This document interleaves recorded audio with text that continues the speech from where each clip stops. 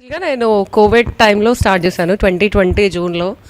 అది ఎంటర్ అవ్వడమే ఫ్యూచర్స్‌లో ఎంటర్ అయ్యాను. ఫస్ట్ బాగా ప్రాఫిట్స్ వచ్చినాయి. అదే ఇందాక తను చెప్పినట్లు మళ్ళీ ఫస్ట్ ఫ్యూచర్స్‌లో ఎంటర్ అయ్యాను సార్. ఆ ఫ్యూచర్స్‌లో అంటే మనకు ఒక పాయింట్ పెరిగినా లాట్ సైజ్ ప్రకారం పెరిగిపోతాయి కదా! ప్రాఫిట్ చూసి అబ్బో! పర్లేదు మనం జాబ్ అంటే నేను వర్క్ చేసేదాన్ని. వర్కింగ్‌తో పాటు ఇది కూడా చేసి ఇంత సాలరీ సంపాదించేయొచ్చు అన్న థాట్‌లో ఉండేది. ఒక 1-2 మంత్స్‌కి చాలు. ఉన్నది కూడా పోగొట్టేసాననమాట. వచ్చిందితో పాటు ఉన్నది కూడా పోగొట్టేసాను. ఆ తర్వాత మెల్లగా ఆప్షన్స్‌కొచ్చాను. ఒక 2020 జూన్ నుంచి ఐ థింక్ 2023 ఫిబ్రవరి వరకు ఆల్మోస్ట్ లాసెస్‌లోనే ఉన్నాను నేను. ఎవ్రీ ఇయర్ చేసేదాన్ని. ఒకసారి లాస్ వచ్చినా ఓవరాల్ మనం ఫైనాన్షియల్ ఇయర్‌లో చూసుకుంటే లాసెస్‌లోనే ఉండేదాన్ని.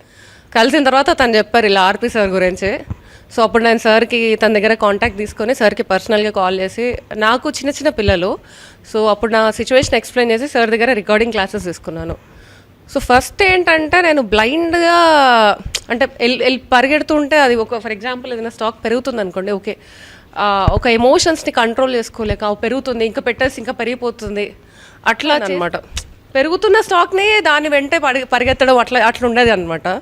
బట్ సార్ దగ్గర క్లాసెస్ తీసుకున్నాను, రికార్డింగ్స్ నేను చాలాసార్లు విన్నాను. 2023 మే ఆ ప్రాంతంలో సార్ గారికి కాల్ చేశాను, రికార్డింగ్స్ విన్నాను. నేను మా హస్బెండ్ ఇద్దరం వింటుండే. రికార్డ్స్ విన్న తర్వాత, ఆ సెషన్స్ విన్న తర్వాత మెయిన్ నాకు డిమాండ్ అండ్ సప్లై జోన్ అని చెప్తారు సార్ బాగా.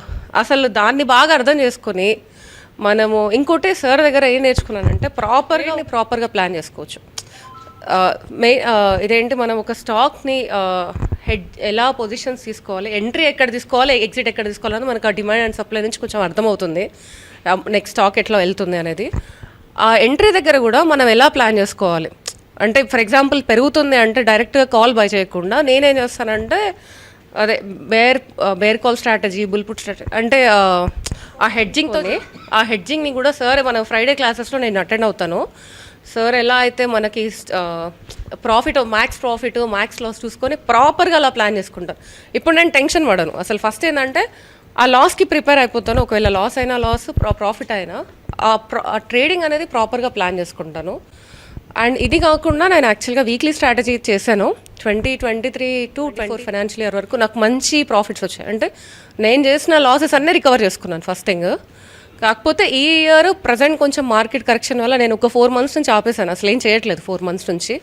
బట్ అబ్జర్వ్ అయితే చేస్తున్నాను రోజు. అంటే ఇండెక్స్ పక్కన పెట్టేసి వీక్లీ స్ట్రాటజీ, మంత్లీ స్ట్రాటజీలో మనం ఇండెక్స్ చేస్తాం కదా, ఆ ఇండెక్స్ పక్కన పెట్టేసి ఓన్లీ స్టాక్సే చూస్తున్నా. ఆ స్టాక్స్లో కూడా నేను ఆప్స్ట్రాల్ వేసుకుంటాను. ప్రాపర్గా చూసుకొని నేను ఓకే అనుకున్నప్పుడు నేను ఎంటర్ అవుతున్నాను. అంటే నేను ఫర్ ఎగ్జాంపుల్ ఆ లాస్కి నేను రెడీ ఉంటే నేను ఎంటర్ అవుతున్నాను.